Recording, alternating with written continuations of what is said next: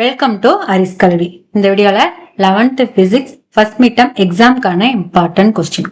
இதுல பாத்தீங்கன்னா English medium Tamil medium ரெண்டு பேத்துக்குமே உங்களுக்கு ரெடி பண்ணிருக்கேன். இதுல பாத்தீங்கன்னா chapter wise 2 mark 3 mark and 5 mark question இருக்கு. இது ஃபர்ஸ்ட் உங்களுக்கு 3 லெசன் ஃபர்ஸ்ட் மிட்டம் எக்ஸாம்க்கு இருக்கு. நம்ம அந்த ஃபர்ஸ்ட் 3 லெசன்ல இருக்கிற இம்பார்ட்டன்ட் கொஸ்டினை பாத்திரலாம். ஃபர்ஸ்ட் லெசன்ல இருக்கிற important 2 mark question. First one, what are derived quantities? Give 2 examples. வழி அளவுகள் என்றால் என்ன? எடுத்துக்காட்டு தருக. Second one, define a radian. Radian வரையறு. Third one, define significant figures. முக்கிய எண்ணூறுக்கள் வரையறு. Fourth one, what are fundamental and derived quantities? அடிப்படை அளவுகள் மற்றும் வழி அளவுகள் என்றால் என்ன? Next one, what is a light year? ஒளி ஆண்டு என்றால் என்ன? Define unit. அலகு வரையறு. அடுத்தது 3 mark question. What are the limitations of dimensional analysis? பரிமாண பகுப்பாய்வின் வரம்புகள் குறைபாடுகள் யாவை? Write the rules for determining significant figures. முக்கிய எண்ணூறுக்களை கணக்கிடுவதன் விதிகளை தருக.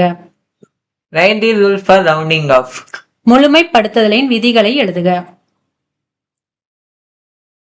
Explain the propagation of errors in multiplication. பெருக்கலில் பிழைகளின் பெருக்கம் பற்றி விளக்குக. Write about any 3 types of systematic errors. முறையான பிழைகளில் ஏதேனும் மூன்றினை பற்றி எழுதுக. Define precision and accuracy. Explain with one example. நுட்பம் மற்றும் துல்லிய தன்மை வரையறு. ஒரு எடுத்துக்காட்டுடன் விளக்குக. நெக்ஸ்ட் 5 மார்க் கொஸ்டின் பா. Write the uses of dimensional analysis. Explain any one use.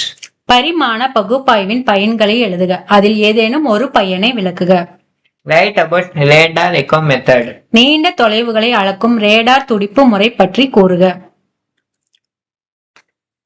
Explain in detail the various types of errors.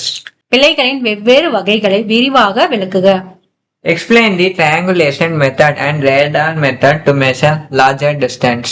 நீண்ட தொலைவை அளக்கும் முக்கோண முறை மற்றும் ரேடார் முறை பற்றி விளக்குக. செகண்ட் லெசன்ல இருக்கிற இம்பார்ட்டன்ட் 2 மார்க் கொஸ்டின் பா. Define displacement and distance. இடப்பெயர்ச்சி மற்றும் கடந்த தொலைவை வரையறு. Define angular velocity. கோண திசைவேகம் வரையறு. What is a projectile? எரிபொருள் என்றால் என்ன? What is non-uniform circular motion? சீரற்ற வட்ட இயக்கம் என்றால் என்ன? Distinguish between distance and displacement. பொருள் கடந்த தொலைவு மற்றும் இடப்பெயர்ச்சி வேறுபடுத்துக. Define acceleration. முடுக்கம் வரையறு. நெக்ஸ்ட் செகண்ட் லெசன்ல இருக்கிற important 3 mark question. Define scalar and vector with example. Scalar மற்றும் வெக்டார் வரையறு. எடுத்துக்காட்டுகள் தருக. Write any 6 properties of scalar product. இரண்டு வெக்டர்களின் ஸ்கேலார் பெருக்கலின் பண்புகளில் 6 எழுதுக. Derive the relation between linear velocity and angular velocity. நேர்கோட்டு திசை வேகத்திற்கும் கோண திசை வேகத்திற்கும் உள்ள தொடர்பை வருவி. நெக்ஸ்ட் செகண்ட் லெசன்ல இருக்கிற important 5 mark question. Derive the kinematic equation of motion for constant acceleration. மாறாத முடுக்கம் பெற்ற பொருளின் இயக்க சமன்பாடுகளை வருவிக்கவும். State and prove the triangle law of vector addition. Vector கூடுதலின் முக்கோண விதியை கூறி அதனை நிரூபி.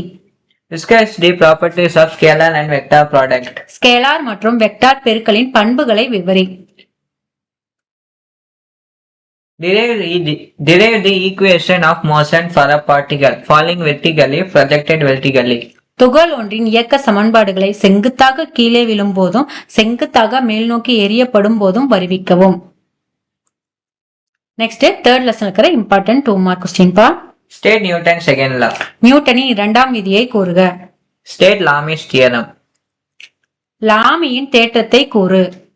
Next 3 mark question. State Lami's theorem. Write down its expression.